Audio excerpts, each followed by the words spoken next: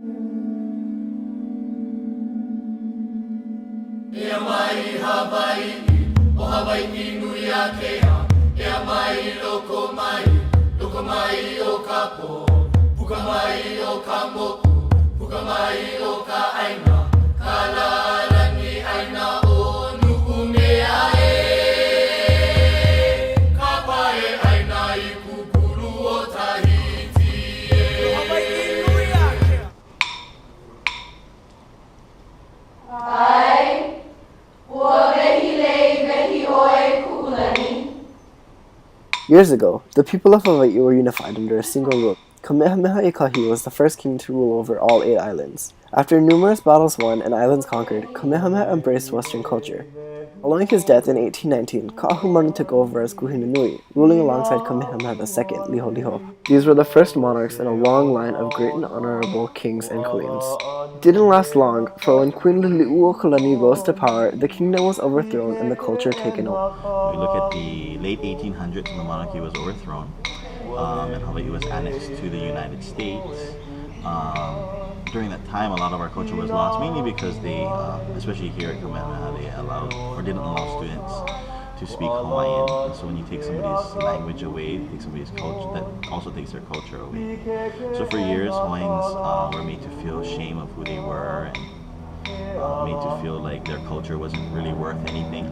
So a bunch of Hawaiians in the 70s decided that they would bring back Hawaiian cultural practices. One of the most important practices brought back was hula. Hula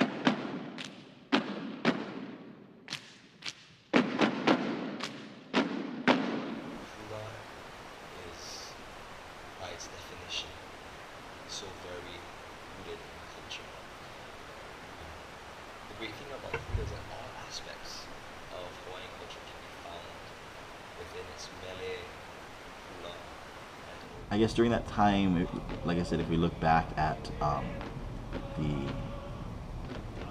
olden days in the 1800s, hula was seen as a pagan practice, something that wasn't looked highly upon by the missionaries. So it was kind of done underground. Kumuhulas would basically teach hula,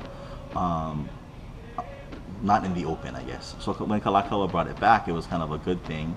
Hula was seen inside of the in the public eye again, but you know, with the annexation and whatnot of Hawaii, these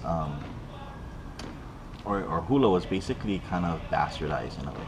So it was made to be very Hollywood, coconut shells, you know, bras, grass skirts, and whatnot. 1, 2, 3, 4.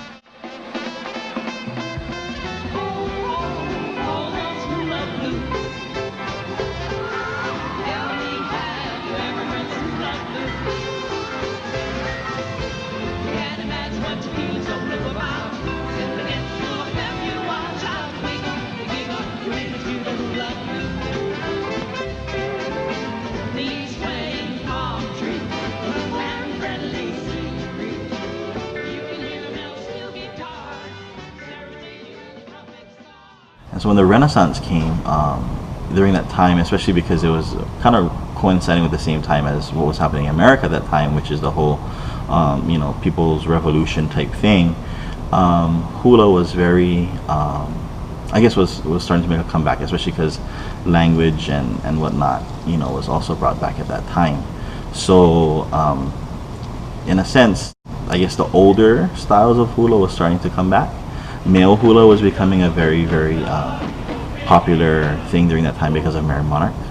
And so hula was, I guess at that time, like many of the other practices in culture, starting to make its comeback and trying to reconnect what is now to what was, and trying to find our cultural identity and our cultural root.